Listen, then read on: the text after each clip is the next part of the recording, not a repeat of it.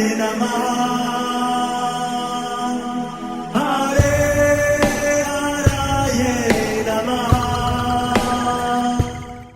हरे कृष्णा। आज हम भगवत गीता अध्याय 8 श्लोक नंबर 3 सीखेंगे। चलिए शुरू करते हैं।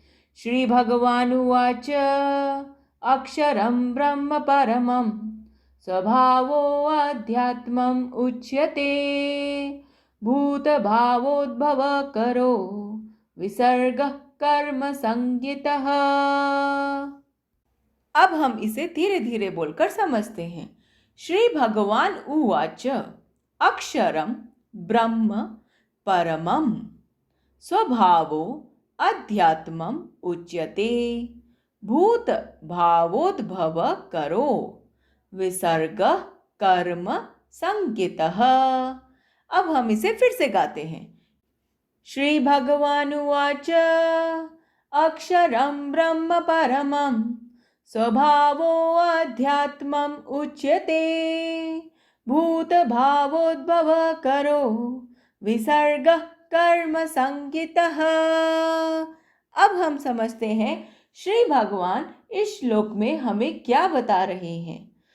भगवान ने कहा अविनाशी और दिव्य जीव ब्रह्म कहलाता है और उसका नित्य स्वभाव अध्यात्म या आत्म कहलाता है। जीवों के भौतिक शरीर से संबंधित गतिविधि कर्म या सकाम कर्म कहलाती है। हरे कृष्णा। चलिए अब हम प्रभु जी से इस श्लोक के बारे में और अच्छे से समझते हैं। हरे कृष्णा। तो यहाँ से भगवान श्री कृष्ण जो भी अर्जुन ने 7 प्रश्न किए उसका उत्तर उसी क्रम में देते हुए बोलते हैं।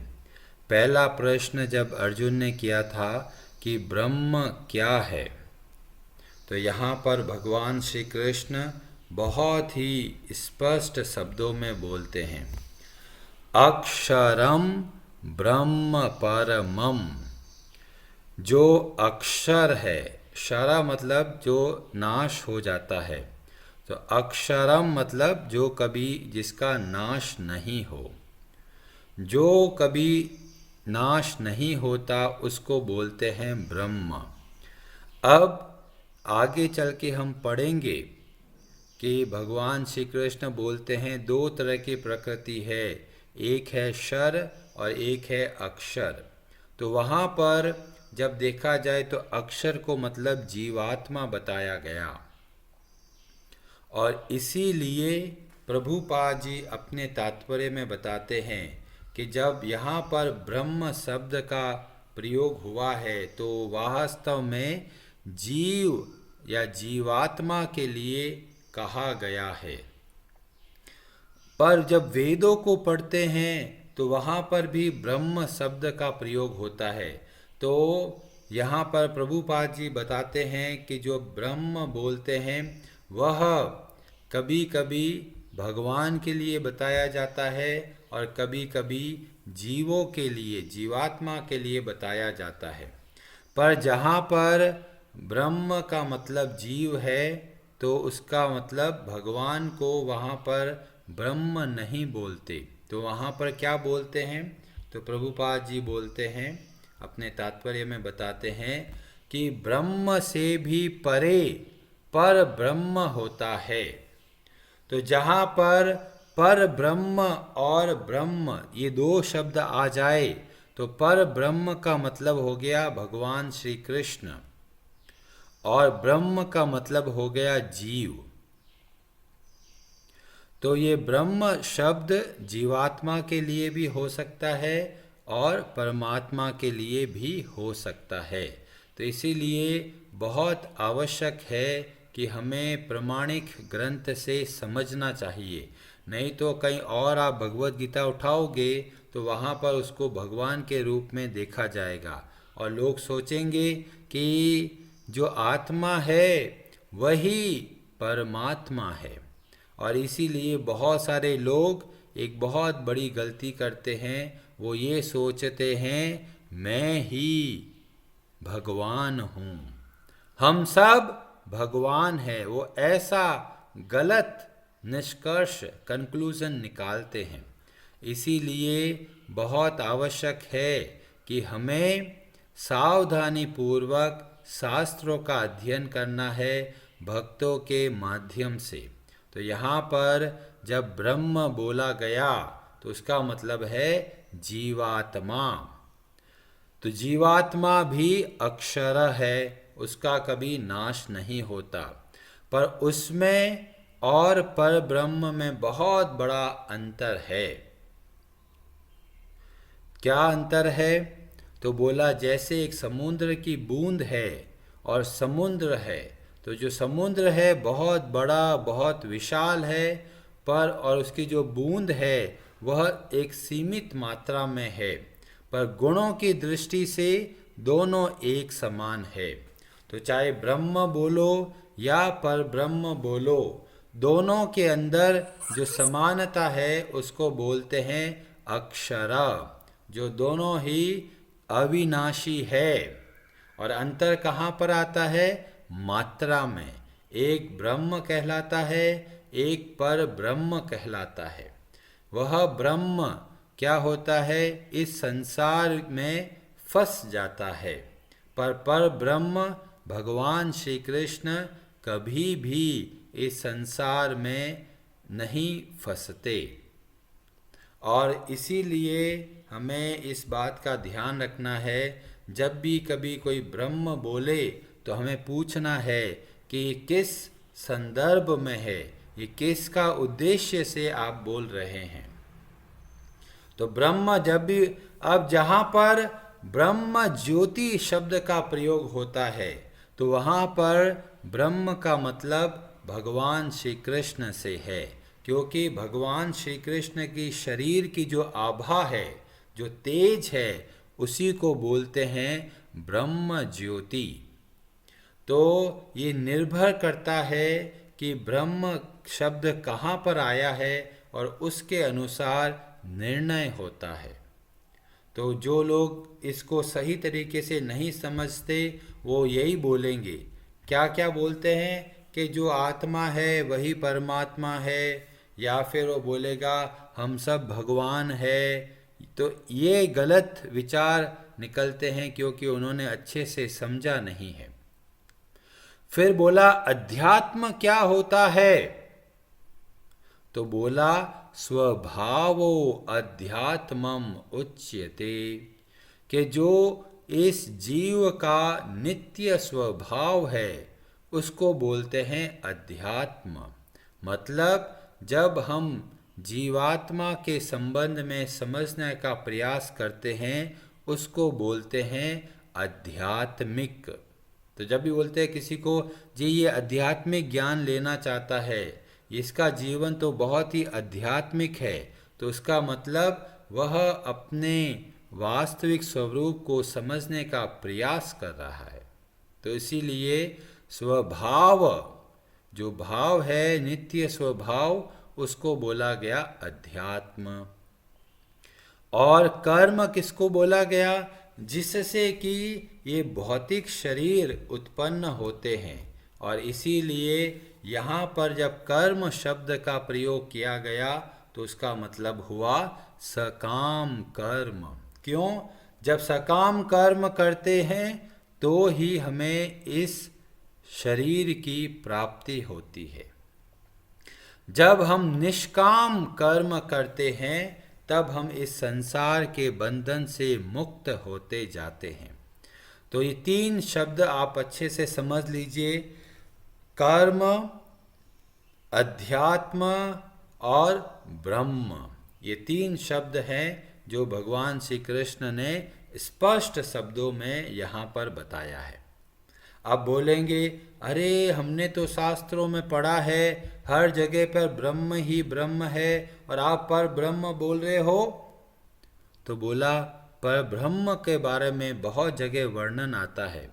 भगवत गीता में ही अर्जुन जब प्रार्थना करता है 10वें अध्याय के श्लोक नंबर 12 में, वहाँ पर अर्जुन बोलता है, अर्जुन उवाच परम ब्रह्म परम धाम पवित्रम परमं भवान पुरुषं शाश्वतं दिव्यम आदिदेवम अजम विभूम।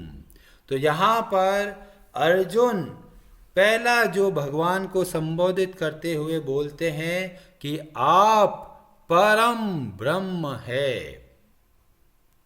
तो यहाँ पर हमें पता चलता है कि अर्जुन भी बोल रहे हैं जो भगवान श्री कृष्ण है वे परम ब्रह्म है। और श्रीमद् भागवतम में बहुत सारी कथाओं में भी ये बताया जाता है कि भगवान श्री कृष्ण साक्षात परम ब्रह्म कहलाते हैं। और यह वर्णन आता है श्रीमद् भागवतम के 10वें स्कंद के अध्याय 13 में। और वहाँ पर वर्णन आता है ब्रह्मा का। ब्रह्मा जी देखते हैं कि भगवान श्री कृष्ण एक छोटे से बालक गायों को चरा रहे हैं और जाते जाते सब दोस्तों के साथ बैठकर खाना खा रहे हैं। और खाना कैसे खा रहे हैं? कोई एक दूसरे के प्लेट में से खा रहा है, कोई जूठन खा रहा है, कोई उस प्लेट से उठा के खा रहे हैं, कोई भगवान के मुंह में डाल रहा है, कोई भगवान के मुंह से निकाल के अपने मुंह में डाल रहे हैं। और लगता है अरे ये क्या चल रहा है। और ब्रह्मा जी सोच में पड़ गए, अरे ये क्या ये वास्तव में वही पर ब्रह्म आदि पुरुष स्वयं भगवान है। तो उनके मन में बहुत संदेह उत्पन्न हो गया। भगवान श्री कृष्ण की लीलाओं को समझना बहुत कठिन है। ब्रह्मा जी चकित हो गए, आश्चर्यचकित ये हो क्या रहा है। और बहुत बड़ी विस्तार से कथा मैं नहीं बताऊंगा। तो वो ब्रह्मा जी सारे जो उनके मित्र है बालक उनका अपहरण कर लेते हैं और जो गाय के बछड़े हैं उनका भी लेकर ब्रह्मलोक चले जाते हैं। और सोचते हैं देखते हैं ये श्री कृष्ण क्या करेंगे। और भगवान श्री कृष्ण को तुरंत पता चल जाता है ये ब्रह्मा जी ने ही कार्य किया है। मेरे सारे मित्रों को और जो गाय के बछड़े हैं उनको लेके ब्रह्मलोक चले गए। तो भगवान श्री कृष्ण सारे के सारे वैसे के वैसे गोप कुमार उनके मित्रों को बनाते हैं और वे स्वयं सारे के सारे वैसे के वैसे रूप धारण करके और बड़े आराम से चलता है। ऐसा लगता है कुछ हुआ ही नहीं। वैसे ही ग्वाल बाल, वैसे ही वेशभूषा, वैसे ही गाय के बछड़े, सब कुछ वैसा का वैसा चल रहा है। और 1 वर्ष बीत गया। ऊपर से ब्रह्मा जी सोचते हैं जी बहुत समय हो गया, देखते हैं क्या चल रहा है। वैसे ब्रह्मा जी के लिए तो कुछ ही क्षणों का समय था, क्योंकि ब्रह्मा जी का समय अलग चलता है, मनुष्यों का समय अलग चलता है। तो ब्रह्मा जी के हिसाब से तो बहुत थोड़ा समय हुआ। पर जब वो वापस पृथ्वी पर आए और देखा वृंदावन में, तो 1 साल बीत गया और देखा कि देखते हैं हो क्या रहा है। और जैसे ही देखते हैं तो आश्चर्यचकित हो जाते हैं, अरे यहाँ पर ये ग्वाल बाल, और ऊपर देखते हैं तो वहां पर भी ग्वाल बाल, दोनों जगह पर। तो वहां पर देखकर बहुत आश्चर्यचकित हो जाते हैं। और तब वे ब्रह्मा जी देखते हैं कि जो वृंदावन के अंदर जो ग्वाल बाल घूम रहे हैं वो साक्षात श्री नारायण के रूप में प्रकट हो जाते हैं।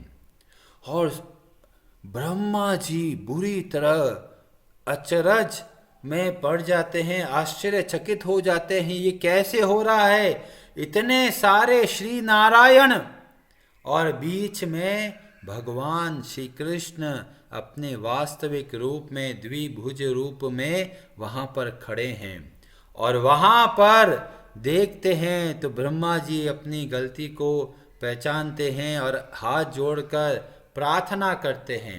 और वहाँ पर बहुत सुंदर वो एक श्लोक बोलते हैं, एवं सकृद दर्दशार्जः पर ब्रह्म आत्मनो अखिलान यस्य भासा सर्वम इदम विभाति सचराचरम। वहाँ पर ब्रह्मा जी बोलते हैं, हे भगवान श्री कृष्ण, आप पर ब्रह्म है और समस्त जीवों का, समस्त लोकों के प्राण है, आत्मनो अखिलान। और इस तरह से पता चलता है कि जगह जगह पर भगवान श्री कृष्ण को पर ब्रह्म कहलाते हैं। वहाँ पर गोपाल तापनी उपनिषद में भी वर्णन आता है, नराकृति पर ब्रह्म। ये सामान्य से दिखने वाले बालक सामान्य नहीं है, ये साक्षात स्वयं भगवान है। और इसीलिए हमें जब अध्ययन करना है तो शास्त्रों के दृष्टि से भक्तों के संग में आकर समझना है। अन्य लोगों को पूछेंगे, अरे पर ब्रह्म क्या होता है, तो बोलेगा जी पर ब्रह्म और ब्रह्म एक ही है, और वह गलती करते हैं। इसीलिए हमें श्रीमद् भागवतम जैसे ग्रंथों को सावधानी पूर्वक समझना चाहिए, तब हम इस बात को समझ सकते हैं। अब कई लोग बोलेंगे जी ये हमको क्या लेना देना ये ब्रह्म से, ये स्वभाव से, ये कर्म से, तो भगवान को पता है, इसीलिए भगवान इनको बहुत संक्षेप में बोलते हैं। पर बात का जो प्रश्न है वो बहुत महत्वपूर्ण है, जिसका उत्तर भगवान देते हैं, अंत समय में कैसे याद आएंगे। तो यह प्रश्न हम सब के लिए बहुत आवश्यक है। तो भगवान बहुत संक्षेप में उत्तर देते हैं, और जो बहुत महत्वपूर्ण है हमारे लिए उसका वर्णन बहुत विस्तार से आगे वाले श्लोकों में देते हैं। हरे कृष्णा जी, आप सबका बहुत बहुत धन्यवाद।